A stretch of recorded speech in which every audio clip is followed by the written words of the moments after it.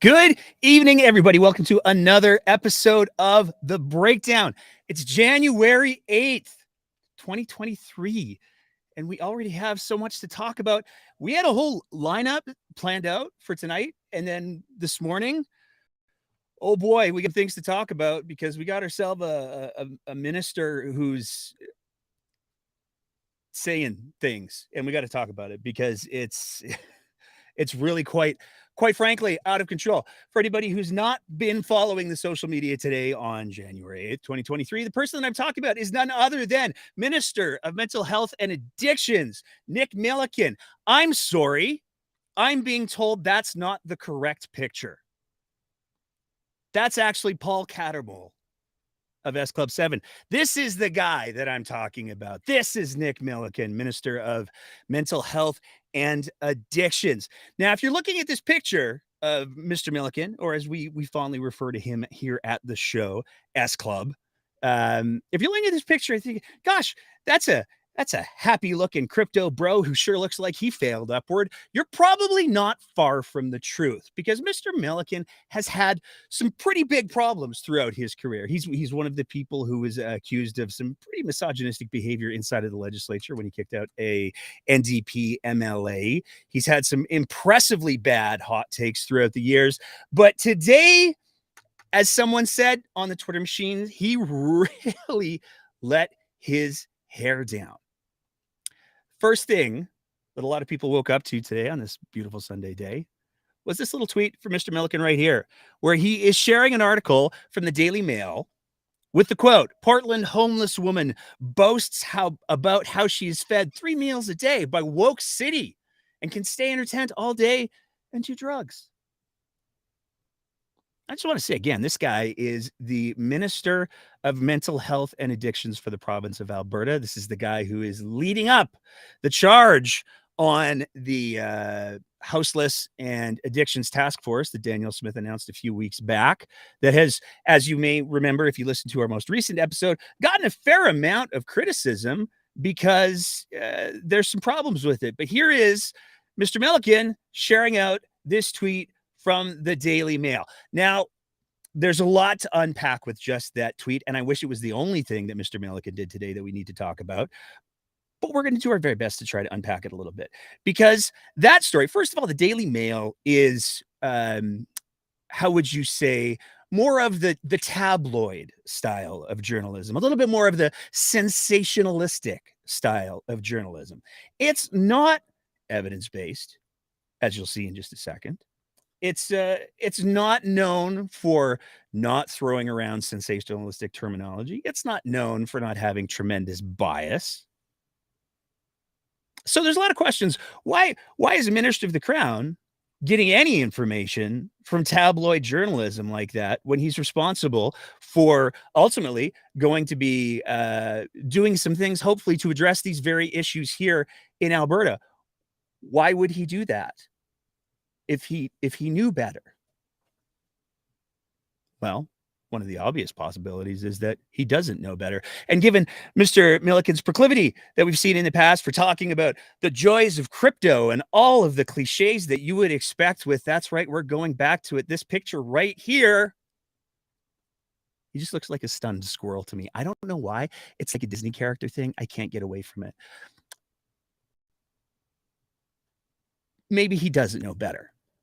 Maybe he doesn't realize how that article came to be, what the sources of information were. Now, here at the Breakdown, some of you might know we're a little bit skeptical. So when we saw the tweet from Mr. Milliken where he tweeted out, "Portland's homeland woman boasts about how she is fed 3 meals a day by woke city and can stay in her tent all day and do drugs," we thought, where did that come from? Where's the source information? Because the Daily Mail, it's a UK paper. Here we are talking about a Portland, Oregon woman in some incredibly sensationalistic terms. Gosh, wherever would they have gotten their source material from? Got it from this guy right here. This is Kevin Dahlgreen.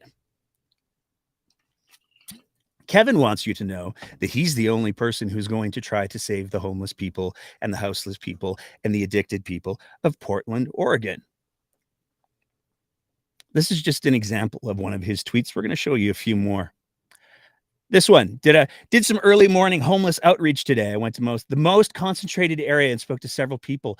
Not one has seen an outreach worker in over a year except me.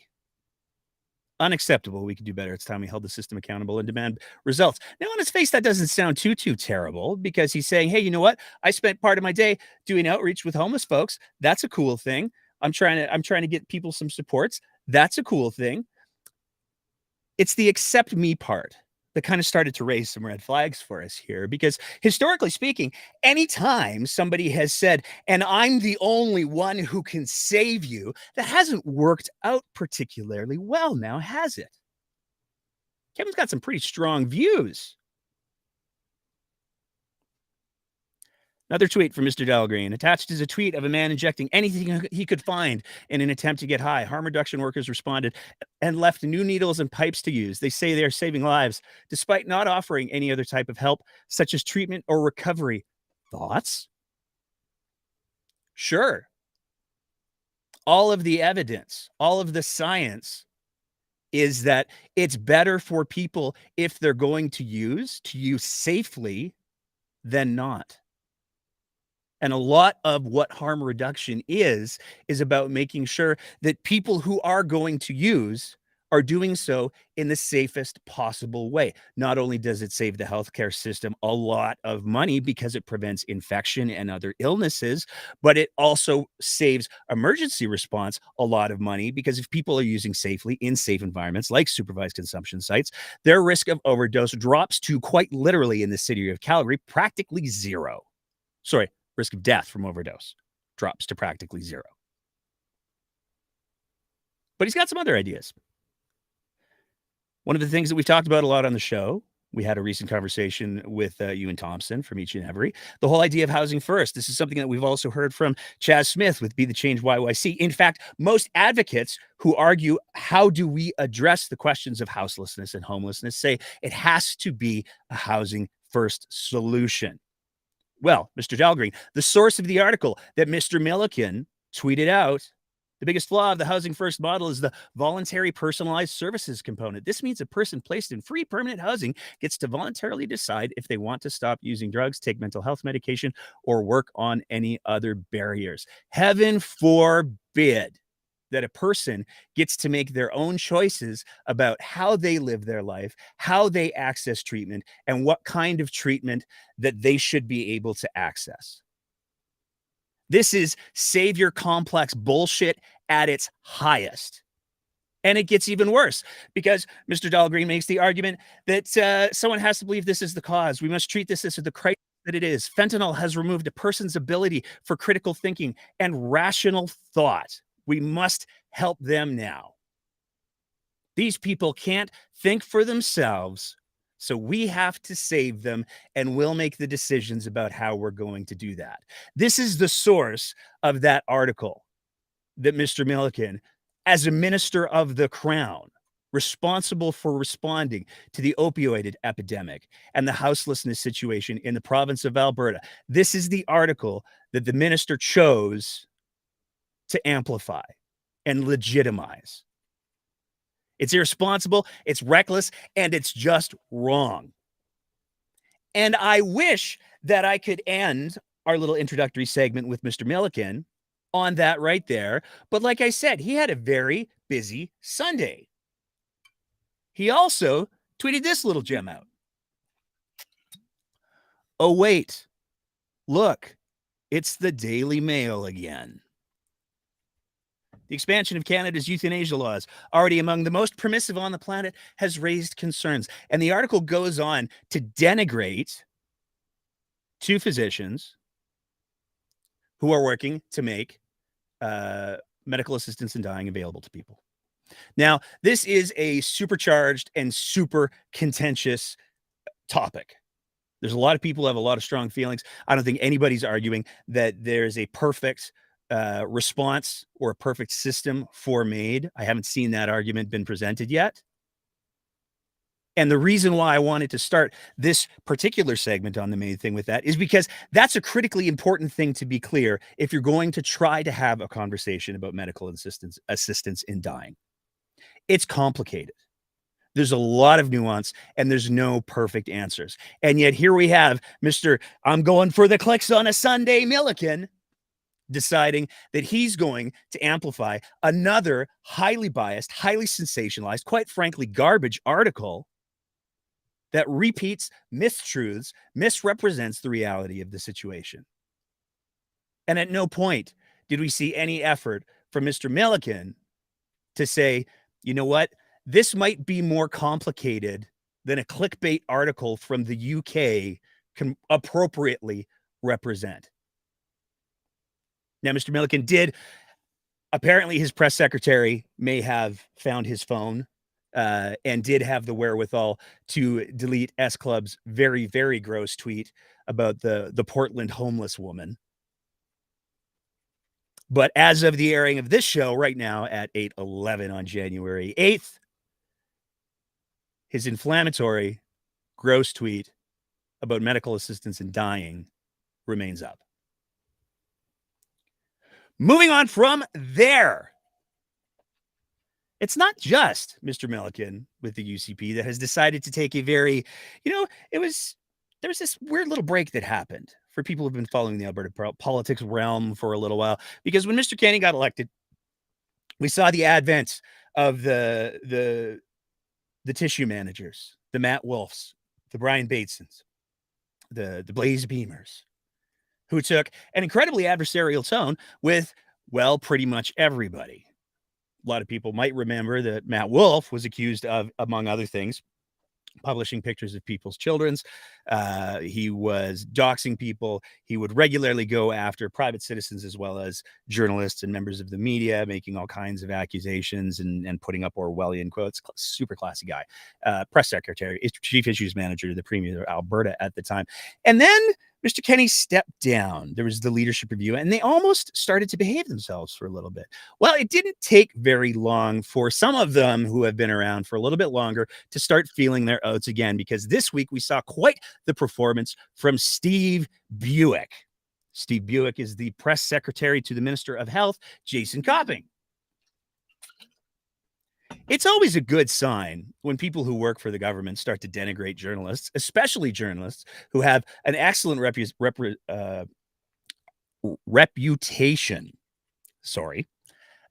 for presenting really good stories. Mr. Buick went after multiple journalists this week who were reporting on COVID. He just didn't like the way that they were reporting. He didn't feel like his version of things was being properly represented. And he called them out on it. He said that they had falsified. He was claiming that they had a long and patterned history of bias. And that the COVID situation, there's incidental COVID. We're back to that line where, okay, so maybe the COVID numbers they were going up for a bit there, but there's also incidental COVID. It's not like having COVID and being in the hospital for something else causes worse outcomes. Oh, wait, yes, that's exactly what it's like.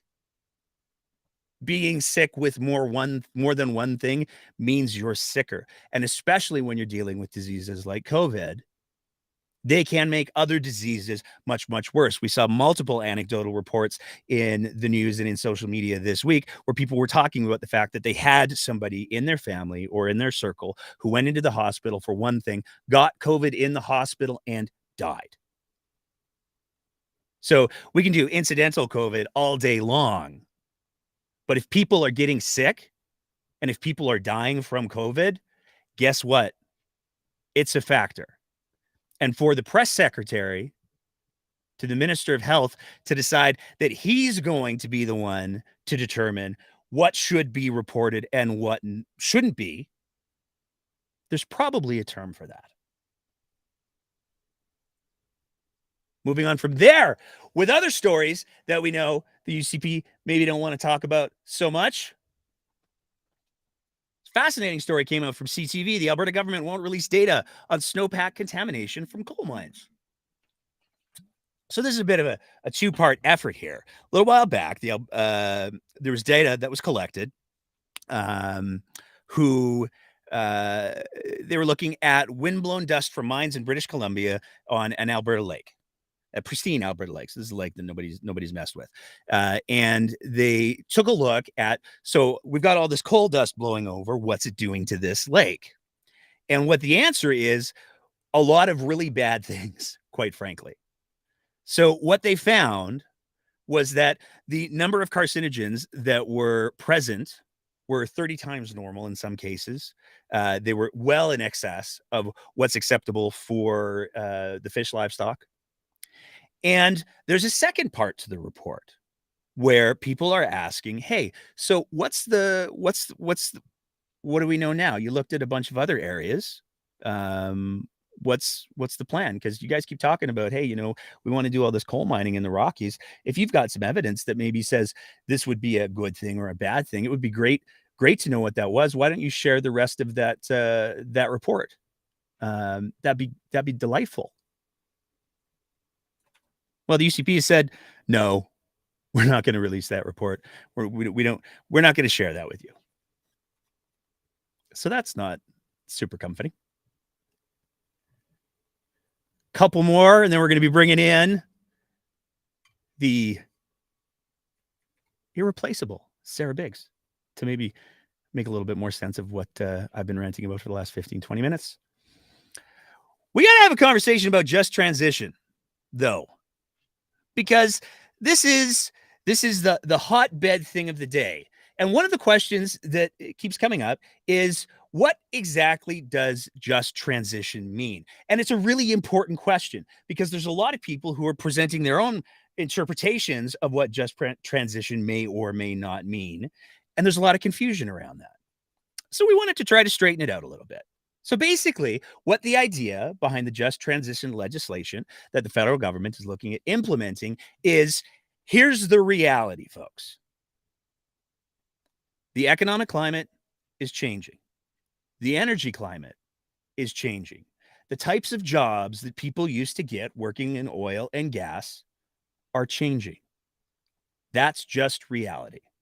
20 years ago, it was entirely possible for somebody to drop out of high school and get a job working in the oil patch, making a very healthy living. And at that time, great for them. But the reality is, as technology has progressed, as oil and gas companies are looking for cheaper and better ways to do the business of oil and gas, they're finding cheaper and better ways to do the oil and gas. Also, a lot of the infrastructure that was required to access those areas has been built. So when we're talking about just transition, there's a couple of things that we have to be really clear on.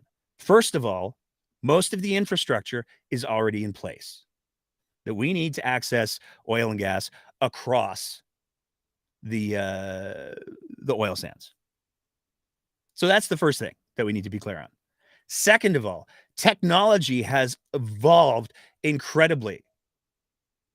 Some of you may have heard of the automated trucks that exist, where they have effectively robotic trucks that are doing all of the driving around the oil sands. They've got their little GPS maps and everything. I'm oversimplifying, obviously, by a lot, but they are looking at ways to remove the human component and instead have machines and technology and AI do those jobs. And it makes sense for the oil companies to do that because they're pursuing their bottom line. And it's a lot cheaper to not pay a robot than it is to pay a human being. So those are the first two really big factors that we have to talk about. But the other one that we have to be aware of is the expansion of oil and gas is something that is starting to change. The products that people are needing are different. There is a global movement to say, hey, you know what? We've only got this one planet. Maybe we should look at things that are a little bit less poisonousy to it. And that's not a bad thing either. But what it means is oil and gas companies are looking for cheaper ways of accessing oil and gas. And they're looking for cheaper ways to refine it. Well, the stuff that comes out of northern Alberta from the oil sands isn't the cheapest. And so it's not the stuff that's being pursued as aggressively. What does all of this add up to? Well, it means the check's in the mail, folks. There is going to be a drop in the number of oil and gas jobs that are available to people, and those jobs are going to have very different levels of requirement in regards to education and qualifications because it's going to be a more high-tech environment. So with all of that being said, what do we do? And this is the whole conversation around just transition. Because the idea behind just transition is, hey, instead of just saying, sucks to be you, you got out technologied, your welding truck, it's obsolete. Might as well have a Motorola flip phone. It doesn't work in this climate anymore. Sucks to be you. Rather than do that, maybe we can come up with a plan to aid that transition. Maybe there are new economies and new energy sectors that we can pursue. Maybe we can help people retrain to work in those. So what the federal government is proposing, in effect, is saying, hey, you know what? To all of you energy workers, all of you oil and gas workers, all of you people who have put all of your effort into supporting oil and gas in the province of Alberta for the last however many years, we don't want to see you get left out in the cold when the robots come for your jobs. So let's look if we can retrain you and provide other jobs so you can continue to care for your families. That's what just transition is. But for reasons that seem to defy any sort of explanation, it's become the biggest political football in Alberta politics that we've seen in the last little while. Because we saw Sonia Savage this week go to war with the federal government, where she talked about, oh, you know what, transition, that's a bad word. It means ending. It means getting rid of scary voices, all of the bad things. That's not what it means at all. We saw Danielle Smith continue to double down in editorials published in newspapers, as well as on her radio show, which we're going to get to in just a sec, where she talked about how this was all the federal government's attempt to squash Alberta's oil and gas.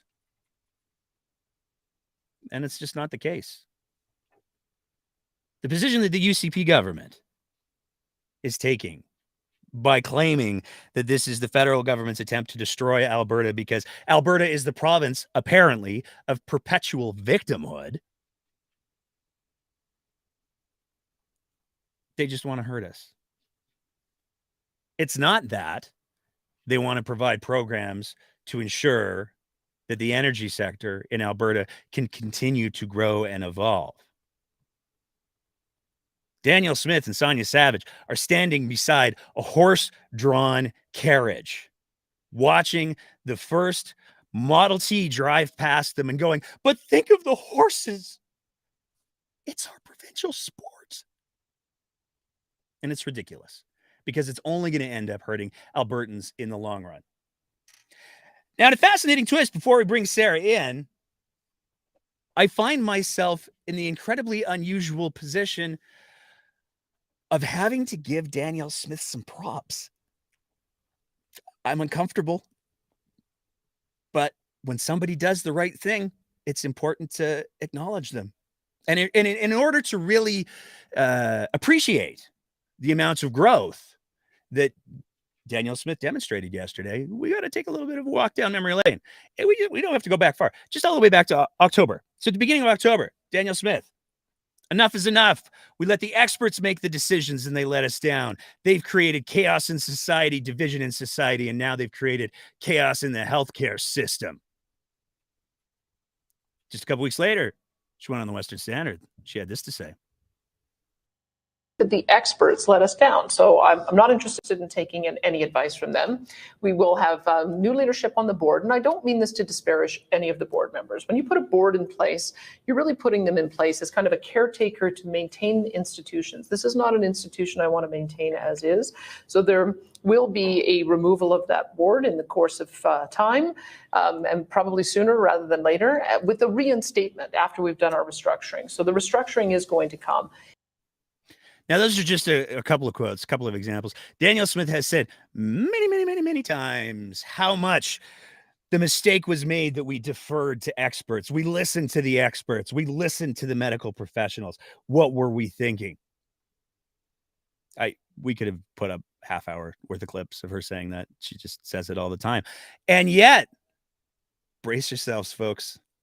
Yesterday, on Your Province, Your Premier, when asked about vaccinations, here's what Danielle Smith had to say. Especially with these constantly modifying viruses, we're always trying to stay one step ahead of it. I defer to the medical professionals and doctors and patients. So talk to your doctor, find out if those are right for you. Make your own decision. Certainly, those who are most vulnerable are very old in the case of COVID, but also are very young in the case of influenza. Those are ones that the docs have been saying for sure that you should talk to the doctor and see if it's right for you. And look, I'm for medical choice. I think that's really important that people are supported in the choice that they make. Best choice, as we always have heard, is if you feel sick, stay home. Make sure that you keep distance. Cover your mouth when you cough. Wash your hands. Those are also ways that you can prevent getting sick. But I'm going to just sort of leave it to the doctors to give you advice as a patient about what you should do. Listen to the doctors. Listen to the experts. It's going to be fascinating to see how long Danielle Smith's advice of listening to the experts holds. Have the conversation with your doctor about the vaccine. Absolutely do. I mean, if you're not vaccinated, have a conversation with your doctor. Have the conversation with a healthcare provider that you trust. One of the things that we're going to be talking about on the episode that we're dropping later on this week is the reality that, unfortunately, there's a distrust in a lot of healthcare professionals for a lot of different reasons. And that's one of the things that makes people vaccine hesitant. So if there is a healthcare worker that you trust and is competent, have that conversation with them for sure. Listen to Danielle Smith talk to your doctor about getting vaccinated. Because what we're seeing right now with the wastewater numbers, what we're seeing right now with the hospital numbers, we have in the last year, as one of the reporters who was denigrated by Steve Buick pointed out, there were more deaths from COVID last year than there were in the year of health measures and restrictions. COVID is still with us. It's killing boatloads of Albertans, over 2,000, and those numbers aren't final. So there's a good chance that those numbers could go up even farther. But listen to the Premier of Alberta. Talk to your doctor about getting vaccinated. All of that being said, we got Sarah Biggs joining us. Sarah, how are you doing tonight?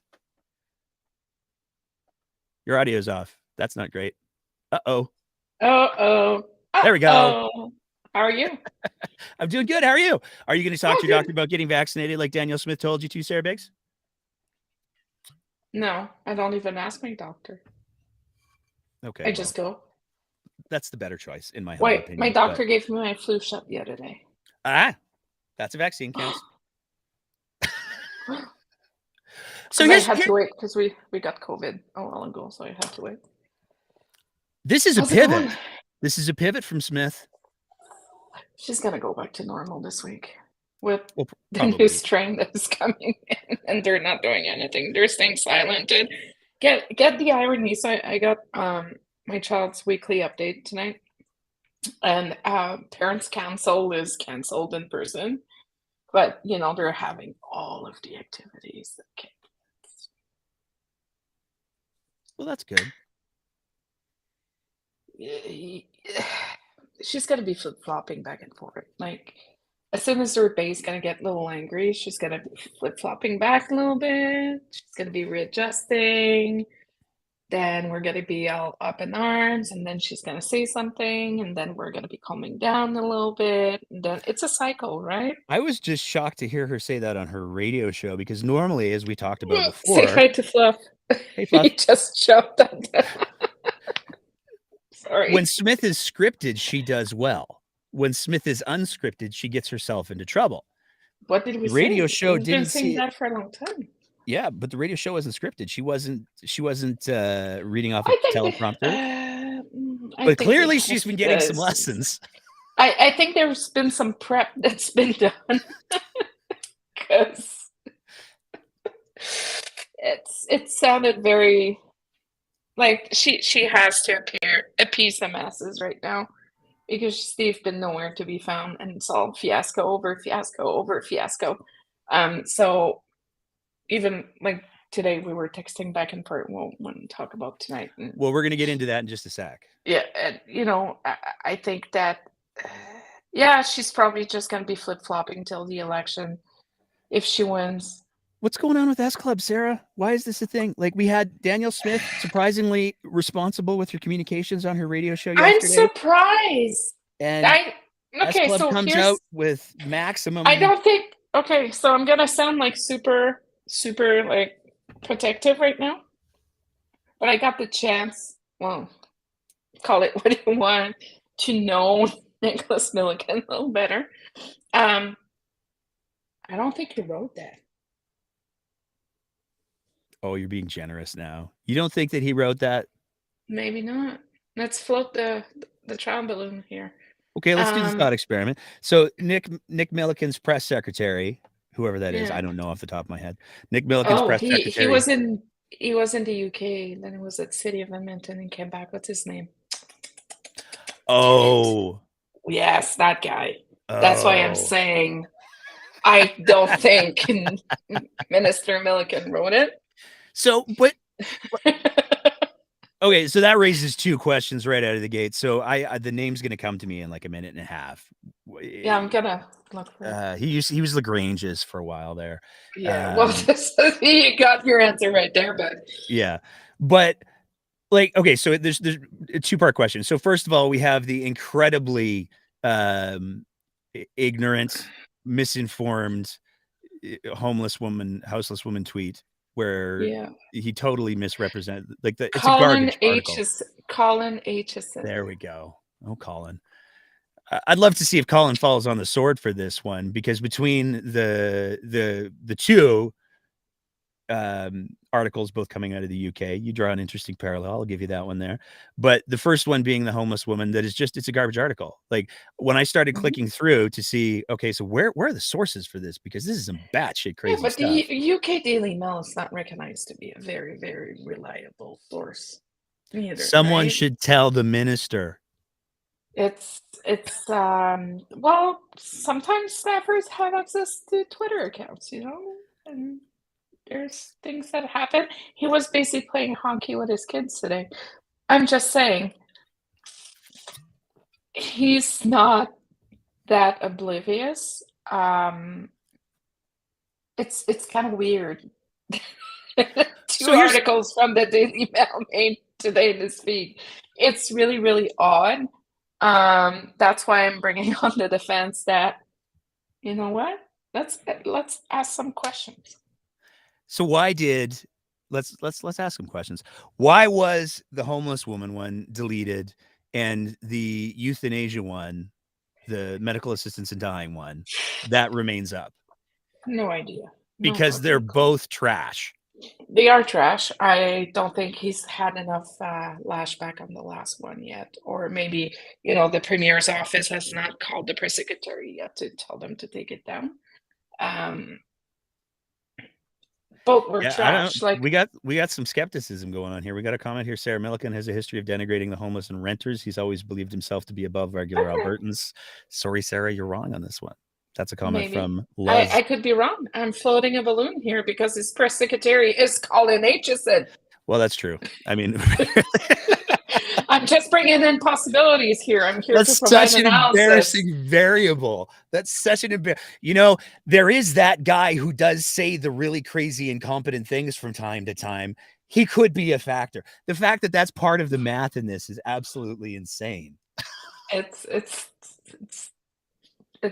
delicious. That's one word for it. I don't know why. We'll have to see how much lashback. Like, it's Sunday night. Maybe they'll figure it out by tomorrow morning during business hours. Well, here's what I'll say right now. For anybody garbage, man. For anybody who's listening to the show live on Twitter Spaces or is watching on the YouTube, if you go to NAC Milliken, you can find his gross, misinformed, factually inaccurate, sensationalistic, inflammatory tweet about medical assistance in dying. And if you wanted to maybe share your thoughts on that, that probably wouldn't be a bad thing, because the reality is the minister does have a significant platform and he's propagating this bullshit with apparently no concern for the impact that it's going to have. So if you're listening on the Twitter Spaces, or if you're watching live, go play is all I'm saying. So I have questions. I'm just trying to see. Oh, there's no geotagging on his earlier tweet. Because sometimes there's like Edmonton, Alberta, or Yeah. I was trying. Oh, the tweet. Oh no, the tweet's still there. 13,000 views, man. That one It's a hurt. So that problem. was 9 hours ago. That was at 11 o'clock this morning. It's gross. That's all. It's just gross. Mr. It could be Buick. another staffer. It could be anywhere. Oh God, yes. So here's my thing, Sarah Biggs, from a communication standpoint, denigrating the press. I mean, it's one thing to, and I would say quite happily, we're not journalists. We're very clear about No. Oh, God, no. that. Satirists, pundits, politicos, people with perhaps too much spare time on their hands, although it doesn't feel like that lately. We're not journalists. If somebody wants to say, hey, you know what, Nate and Sarah, or the breakdown, they had some opinions. Those opinions seem kind of bullshitty. I don't care. That's fine. That's cool, because it's an opinion. It's my interpretation of stuff. But my answer is sorry, your feelings got hurt. I'm sorry. But when it's a journalist, especially a well-respected journalist, and we're talking about, he went after 3 this week, where he tried to say not only that he took umbrage with the content of their stories, but he went so far as to cast motive. He went so far as to say, you know what, the reason why these journalists are doing these things is because it's deliberate falsification. It's torquing. They want to see permanent state of emergency. That's what's the comm strategy there? What am I missing? Because it seems to me that that's just kind of a dick move. It is. Mr. Buick's not known for his best takes. Let's put it that way. And, whenever you disagree with Mr. Buick, he tends to lash out. But he's following a pattern that is very well known to a certain type of conservative, is lashing out to journalists, mainstream media, and trying to paint them as the bad people, or trying to keep the pandemic alive. Well, guess what? The WHO said the pandemic is still happening. It's not that, the premier and everybody else decided that pandemic was over, that it is over. We got the Kraken variant now. So that's comforting. But he needs to stop. Like, it's fucking bullshit, man. I cannot believe, like, seriously, every single time, like, he's the new Matt on the healthcare side. Yep. He's just been lashing out at anything that does not fit his narrative. And it's quite concerning. Like, I see Minister Copping as a, progressive, somewhat reasonable man. And seeing that Mr. Buick has the green light to communicate in such damaging ways that are undermining the very also critical journalistic work, because if it was not be from the journalists in this province, a lot of shit could have gone way worse. They made pivot the government so many times, and they made the public aware of so many problems. We don't have enough hair to count them, and it's all part of the same soup. Well, that's the thing, and that's where it's particularly problematic for me, because we're in a climate right now.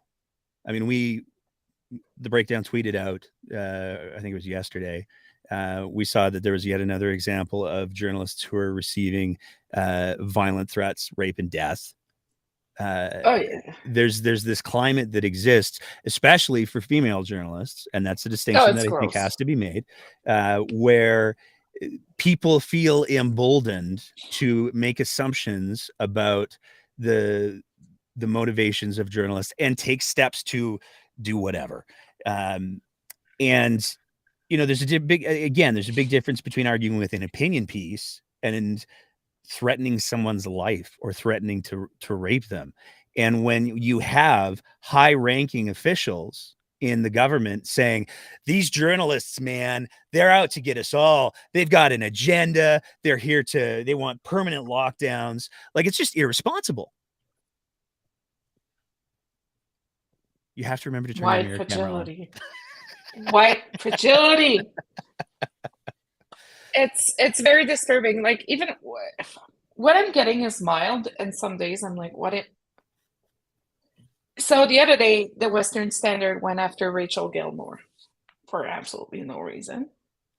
Yeah. And I sent her a message and I was like, I'm so sorry. Like, they're just lashing out on whomever they don't agree with, or whomever they don't want to play ball with, or whomever doesn't fit their narrative or their sponsors' narratives or their, paid advertisers. But sometimes I'm getting emails and I'm like, why am I doing this? Like, why? Why am I so deep into this every day? But I think that what keeps the women journalists going and people like me going and so many people out there is that if no one is doing it, if we don't do it, no one will.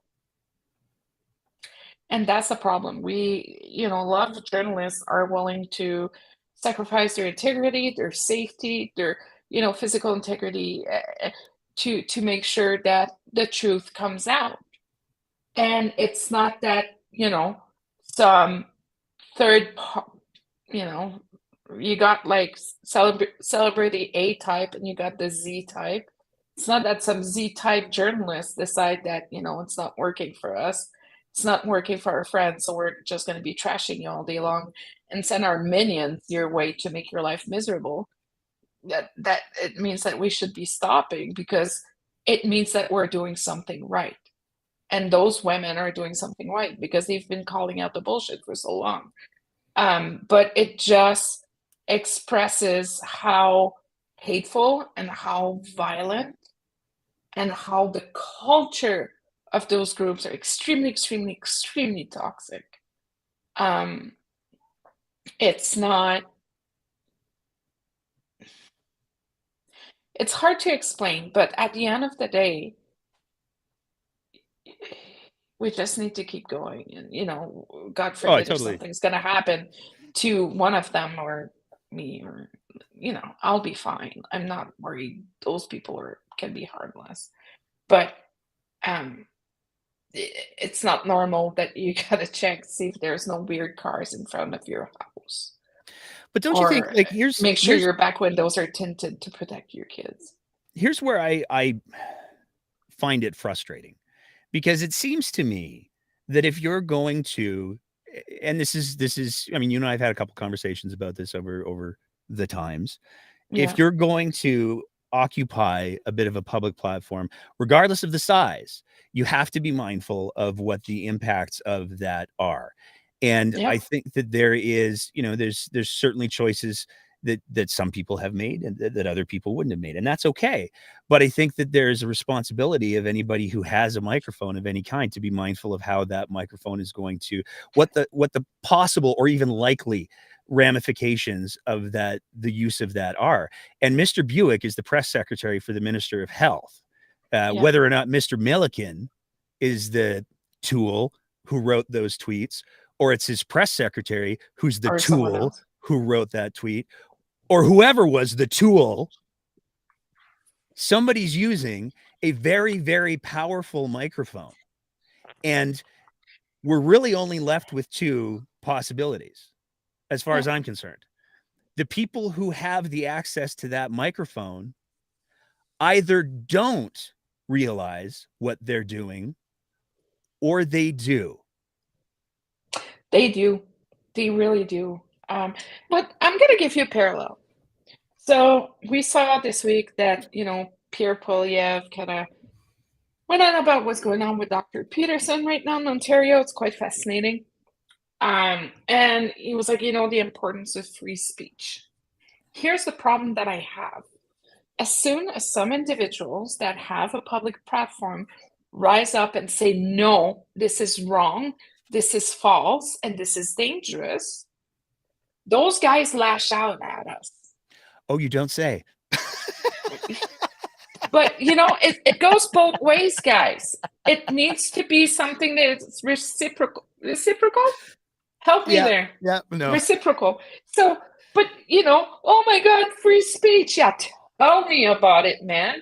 The amount of garbage we receive every single goddamn day.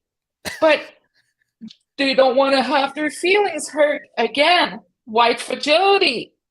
Sarah, it's very important. I'm going to carefully walk around this conversation and just say, watching certain members of a certain side of the political sphere make the argument that somebody should never, ever be reported to their professional college for something they said that had nothing to do with their professional duty. Around that real good, Nate. Dance around that. I'm just saying it's been a challenging week for some people to not say more than what they have.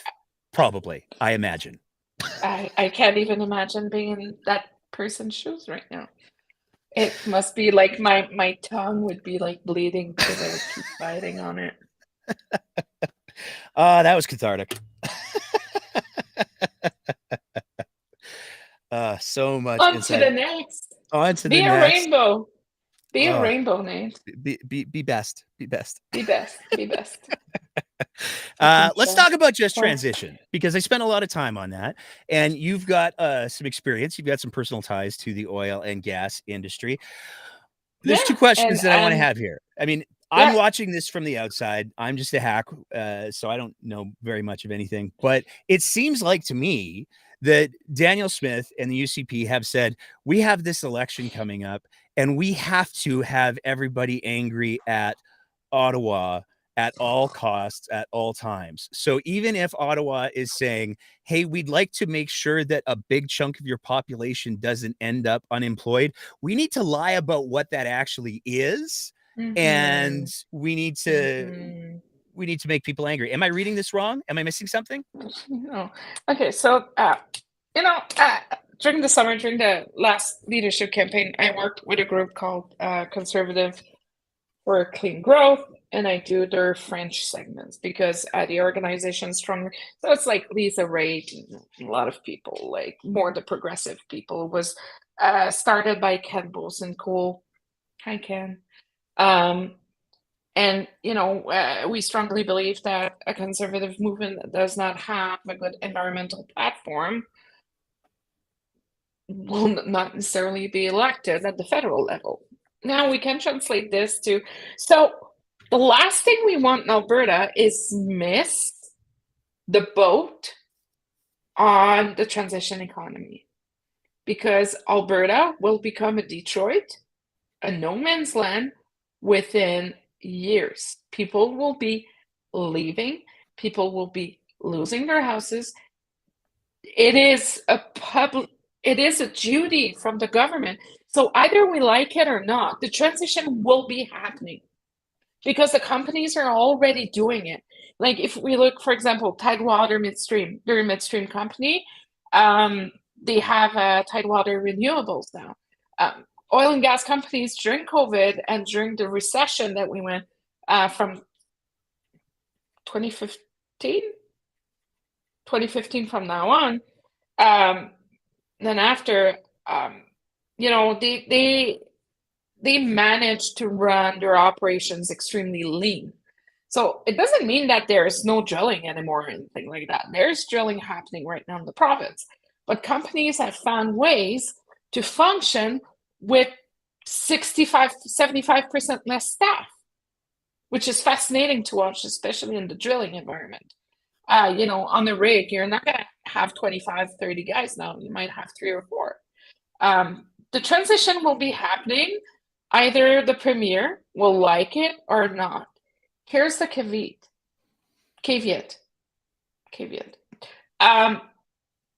Do we really want to miss the boat on the transition?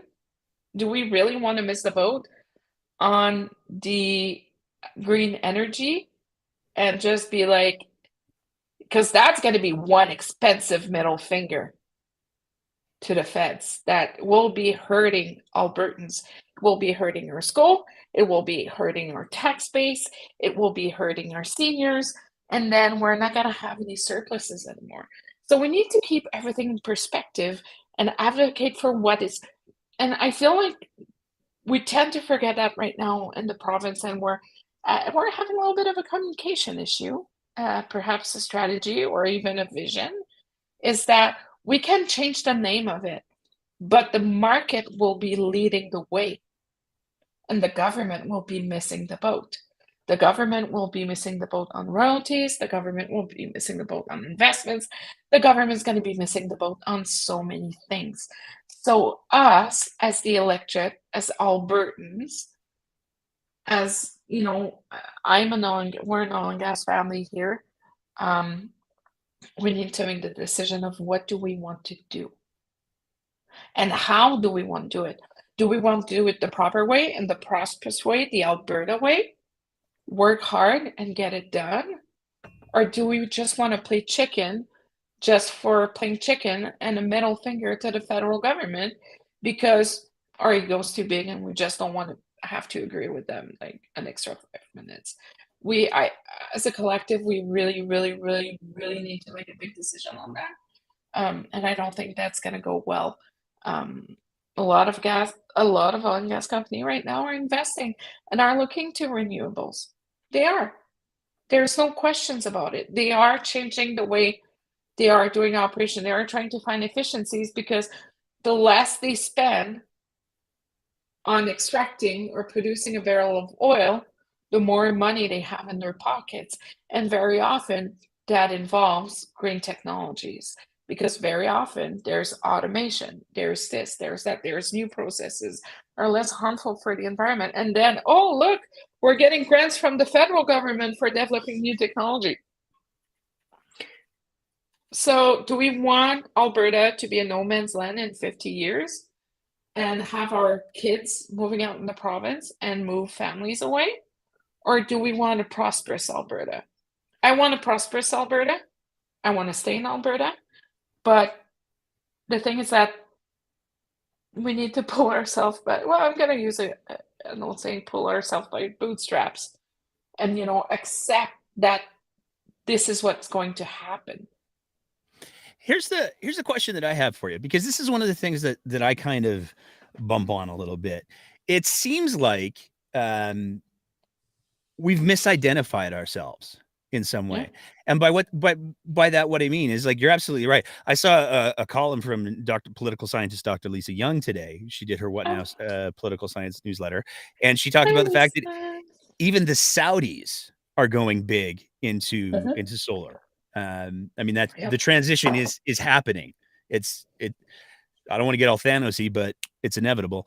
And it seems like, Alberta has allowed our identity to be shifted by politicians who want to talk about, I love Canadian oil and gas and all that marketing shtick. To me, it's a dangerous identity, because it's going to end. At some point, it's going to be less. It's going to be diminished. Maybe it won't end. I probably shouldn't have said that, but it's going to be diminished. And why not make the Alberta identity about leadership, resiliency, innovation? Why is it we have to? No, it has to be oil and gas or nothing. It sounds like oh my God! It looks like you read Leela Here's platform. I probably did, but I've had that view for a while. Because that's what we went with: leadership, resiliency. I've got my Canada Action sock puppet just like 5 feet to my left over here. But no, so either we like it or not, either if the government likes it or not, Transition will happen. The only thing that will be different is that if we choose to be part of it, or if we don't choose to be part of the solution, we will be becoming the problem. Because at some point, we're like, oh, clean oil, come buy our oil. Canadian oil is clean, dictator free, and all that. But now, next, it's going to be like, well, they still do it the old way. It's like when, doctor's office resisted from moving from like fax machines to emails. Let's take it that way. It's innovation is good. Think of the horses with your horseless carriages ruining the future. Soon you'll be letting, I don't know, women vote and stuff too. Fuck. I'm gonna be able to have my own bank account. Can you think imagine? Of where this goes? Think of where this goes. Funny story about that. To see how the evolution's not great.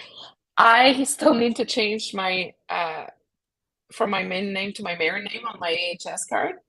Okay. But I need my husband's signature for that. Yeah. My husband needs to sign a piece of paper. So guess what? My maiden name's still on my health card. This is why we have to hold on to oil and gas, I guess, because otherwise you might be able to change your name by yourself. Let's lead with example. Let's be leaders, because that's who we are. And we need to embrace who we are and who we want to be. Do we want to be leaders, or do we want to be sore losers because they don't like the way we're doing it anymore? No, let's move on. Let's grow up. Let's innovate. Albertans are innovators. Albertans, yes, sometimes the federal government, there's some stuff we could complain about all day. But the transition, maybe because there's the word just in it, so it sounds too much like Justin. But that plan was made in 2015. Sorry, I've never made that connection before. It's the Justin transit. Do you realize what you've just done? We're going to see Colin Aitchison and we're going to see Nick Milliken tweeting out the Justin transition. Oh, if they do that, what have you I'm saying it on the record here, I'm going to be sending a bill. Okay? I'm going to be sending a bill because that is TM. That is my intellectual right property. Yeah, I'm gonna be billing them. But see, like, here's the thing, and this like TMX. It's fucking frustrating. TMX. You can't say that the feds are not supporting. They're building the only pipe, like the biggest pipeline. That's like, it's just like, you can't. No. Don't try to rationalize it. Mate, there's no rationale behind it. Okay. There's no rationale. They're still butthurt about energies, but like I said before, open an office in Ottawa, open an office in Quebec. We have an Alberta storytelling problem. And once we don't get that fixed, we need to get this fixed first before we can even feel entitled to complain about the other provinces, because they're like, oh, they're bashing on us all the time. When was the last time you made a natural effort to not try to bash any government, try to go sit down with them and be like, hey, how can we work together? Because how hard is that? We need to do this. We need to build a relationship. I'm super strong. I always advocate for strong relationships. I don't care who the government is. Let's remember that the Harper government did shit for 10 years for Alberta. Let's remember that. Let's remember that for a minute. And, open an office in Quebec, open an office in Ottawa. Danielle Smith should be sitting in her Ottawa office until, everything is clean and done and everybody's happy and we come to agreements. Don't bring bashing at the Premier's conference. Don't try to be a China bowl and a China bowl in a China store. Whatever. Bowl in a China shop. Thank you. We need to have people skills. Chicken milk. We need to have people skills and we need to build those relationships, because we could be, bringing LNG and using Quebec. But, why do we want to do building relationships with Quebecers? Why would we want to do that? Was that your Albertan voice there? I don't know what it was. That was pretty good. As my prototypical Albertan voice is a little bit more well, but that was, I like the growl that you had going on there. That I've been trying to lose my. That was like Western alienation. I've been trying to lose my accent for 17 years, dude. It's not going away. Don't keep it. Yeah, but then people get racist. Is it? I'm not having that. No. Yeah. No, I'm not. No. I'm gonna say, since I changed my last name, business is much better. I can tell you that. Well, it's fascinating. It's because you're a bigs player. Go bigs or go home. Bigs deal. I'm punchy tonight. Watching. I don't know what's going on here. It's okay. It's Sunday. Boy. It's my Anything glasses. else you want to say about the just in transition, which, by the way, TM is time stamped now. The tweet just went out. It's yours. Credited appropriately. You're welcome. Thank you. Oh, that's why my notifications are going out. Yeah, that's why. No, I'm done with the transition, but we need to wake up and soon, because we're going to be missing the boat and we're going to be losing all those beautiful $1 billion the government's just spending right now on stupid stuff. There we go. What are you watching for this week? We're back-ish. I mean, Smith's doing the radio circuit again, so the machine's firing up. We had our little break, I guess. Well, the carbon tax checks for the new year are coming up next Friday, so I'm going to be watching for my check in the mail, because apparently the government not like giving us money back from carbon tax. So, I had one more thing I wanted to bug you about, because tomorrow's a big day. Big press conference tomorrow. Going to be fun. Going to be spicy. Tomorrow is the 9th. We get the announcement of the affordability checks. Daniel Smith talked about it a little bit on a radio show. Here's my hope. I hope that she's going to spare the province some money and headaches, and ask CRA, send a letter. Nope. To CRA, like BC did. Oh my God, we're going to be spending millions of dollars on this stupid system. Do you want to know how it works? She explained it on the radio show. Here's how it's going to work. Please. So there's going to be an online portal built by Alberta, where you will go in and you will sign up and you will have an attestation that you fit within the parameters based on last year's taxes. There's nothing other than just, I promise, I'd like the money, please. So I was right last week when I said, we're just going to be clicking a box of, I promise I don't make over 180 and I'm not a robot. How is this being where's the accountability? This is what she said on her program yesterday. Conservatives are supposed to be the party of law and order and fiscal responsibility. Where's the accountability? Where's the fiscal responsibility? Where's anything that makes sense? Oh my God, I've got to have an aneurysm. This is bad. This is really, really, really bad. She was very, very clear. They might, she was like, expect it to crash. It's going to crash. Just expect it to crash, because people are going to want the money, because we're giving out free money with an attestation. It's not like we saw with the COVID supports that there were hundreds of millions of dollars of small businesses that were like, oh, we'll take some free stuff too. But she said very clearly that it's going to be, they might do like a geographic rollout where you can go to certain parts, and maybe Calgary goes first, then maybe Edmonton. No, rural's going to go first. You know that. Oh yeah, for sure. But maybe that's what they'll have to do. She's going to talk to Ron Sigerson about that. See maybe if there's some red tape that can be cut or something. Bullshit. It's bullshit. And it's full of red tape. It's so bad. What's going to happen? Are they going to audit anyone? No, of course they won't. They don't even. That's the thing. Oh my God. I can't even. I'm sorry. I didn't mean to break you. You broke me. And as the AISH recipient received the money yet? They will get the affordability payments automatically. They don't have to go through the portal. When? We don't. They'll be announcing that tomorrow morning. They should have done it last week. They got the bumps. I know they did that, but my understanding, and I could be wrong on this if anybody's listening and you have a better or more accurate version of things. Yeah, I believe that the please educate affordability me. payments aren't happening yet. So usually I don't look at the price of groceries when I purchase because I'm lucky. We need it. I'm very privileged that way. But today we went to do the groceries and I was like, hold up. I was like, this is expensive. I was like, this is pricey, man. I was like, oof. I looked at my husband. I was like, well, I guess we're not going to be buying beef anytime soon. Oh, I wanted to talk about the beef thing. So,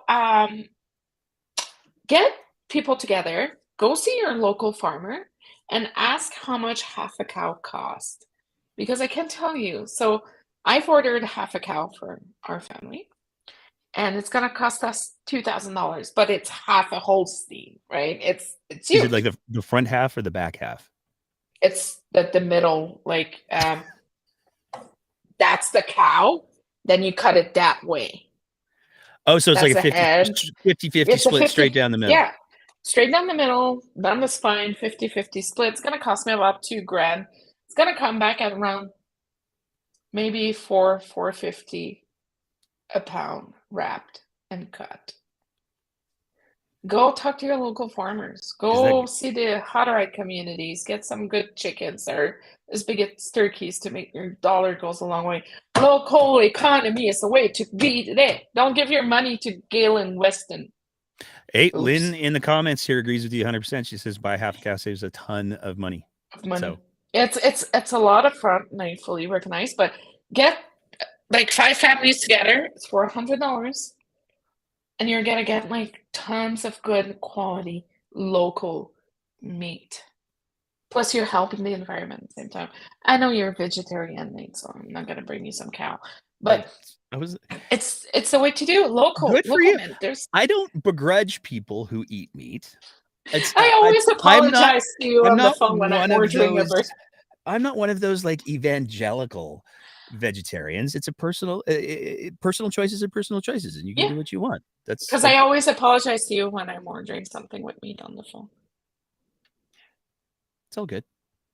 But at local economies, go see the Hutterite farmers. Go see the local markets. Work some deals with them. They're going to be happy to have the business and repeat customers. It helps local. Keep it local. That's what I'm saying, because those big processing meat plants, they're not. There's the Red Deer Lake Butcher, just outside of Calgary, but Granary Road. They have fantastic meat for very affordable prices. Are you getting plugs for this? No. I want my percentage. That's all I'm saying. No. My beef comes from Jeff No Name from Sturgeon County. Just saying, my friend Jeff. We buy his beef from him. But buy local. Help your local farmer. It's gonna help them, and it's gonna help you, and it's gonna help local economy.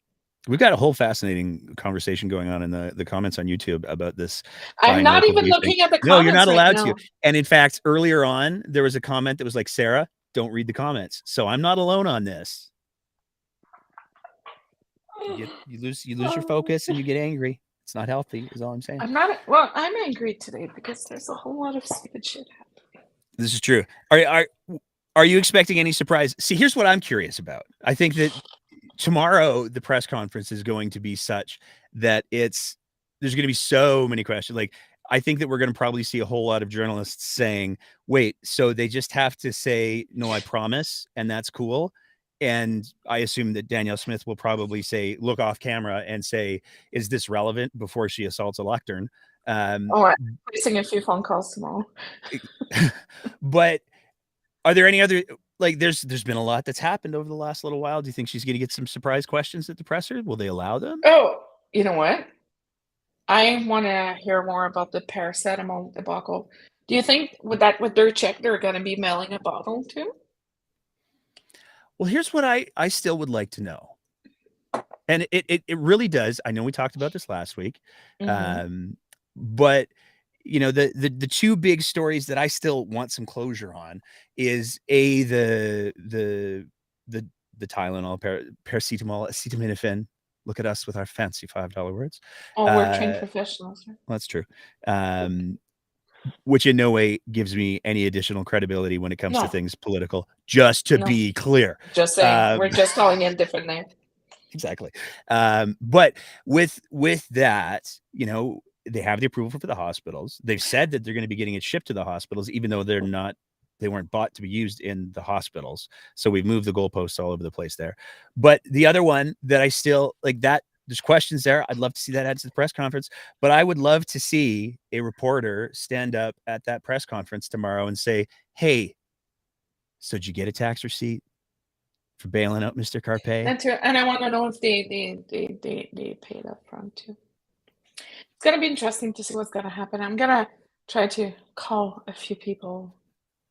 I just want to know the answer to the tax receipt question. I don't know why they don't make it go away, because it's so easy to make it go away. Just answer the question. Because they won't make it go away, because they don't want to make it go away, because they think they're fine. There we go.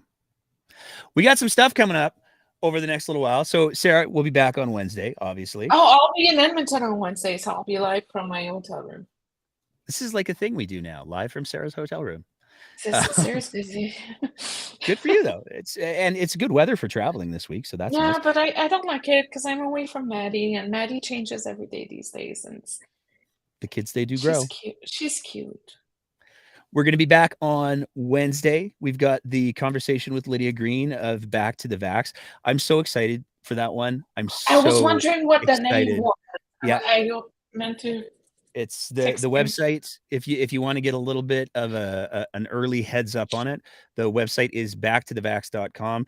It is an incredible story of somebody who was all the way down the anti-vax rabbit hole and clawed their way out and is now working in public health and talking about some of the things that led her down that rabbit hole and things that can be done to not only prevent people potentially from going down that rabbit hole, healthcare workers. This one is definitely one you're going to want to listen to, but also things that people can do to help people get out of that rabbit hole. It's such a good conversation. She was so generous with her time. That's going to be going live for our Patreon folks on Tuesday, and it will be going live to the rest of the universe on Friday, because I've got a schedule I've worked out for this stuff now. We're going to be doing an in-depth conversation with Ziad Fazel, where we sort of had him on a couple of times over the last little while. We've been doing this piecemeal thing where we've been talking about the masks and about Atabey and all of that. We're going to be doing a full one-off episode, getting it all in one place with him, and looking forward to sharing that in probably 2 weeks. And then we're going to continue doing our twice a week updates. We've got lots going on. If you want, first of all, I want to say there were a couple of people listening to the show last week who signed up to be Patreon supporters.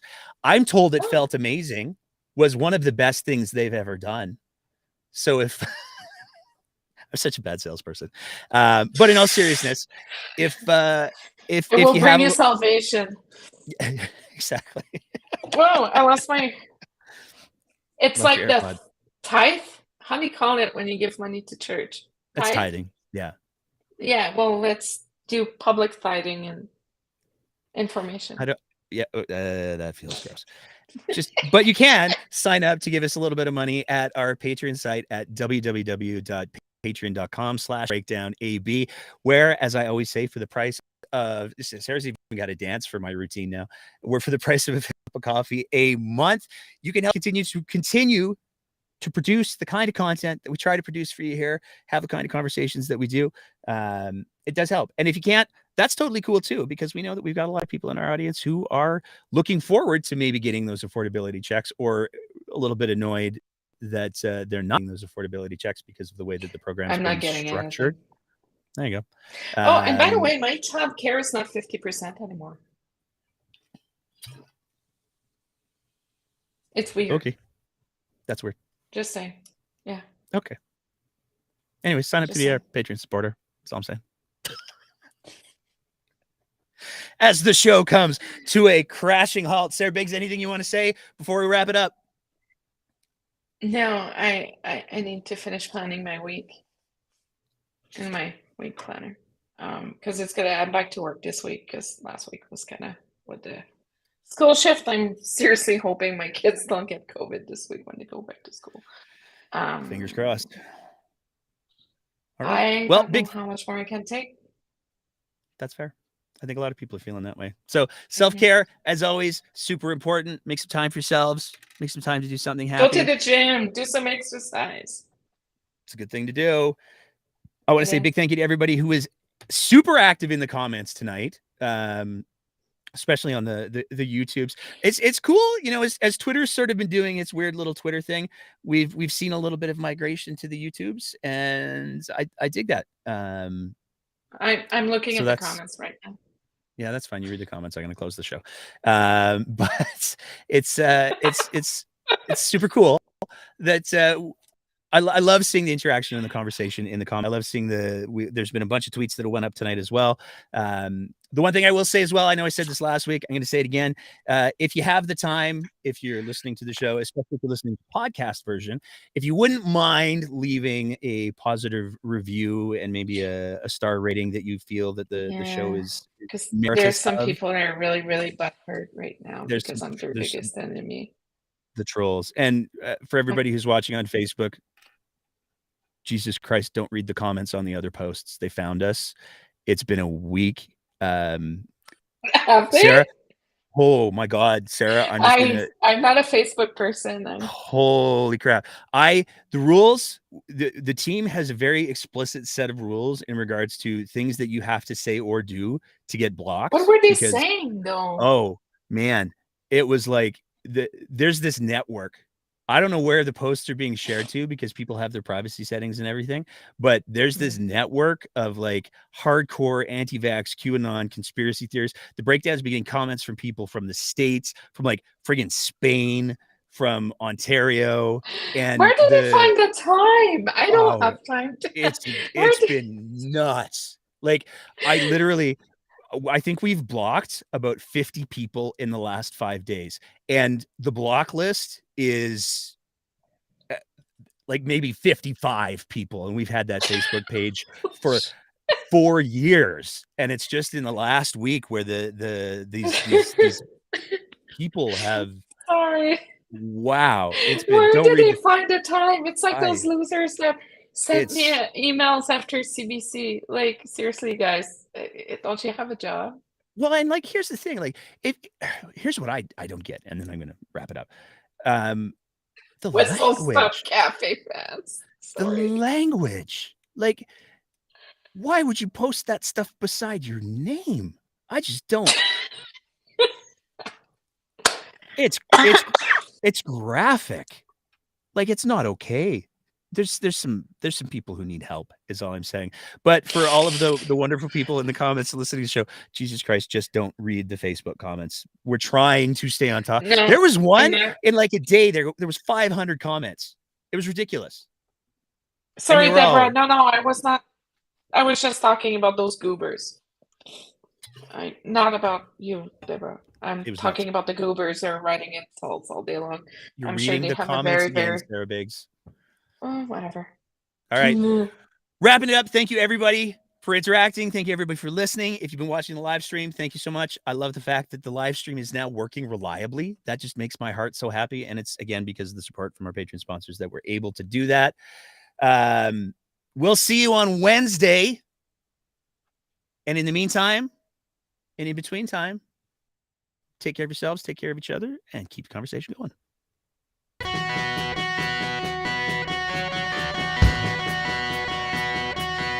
Thank you.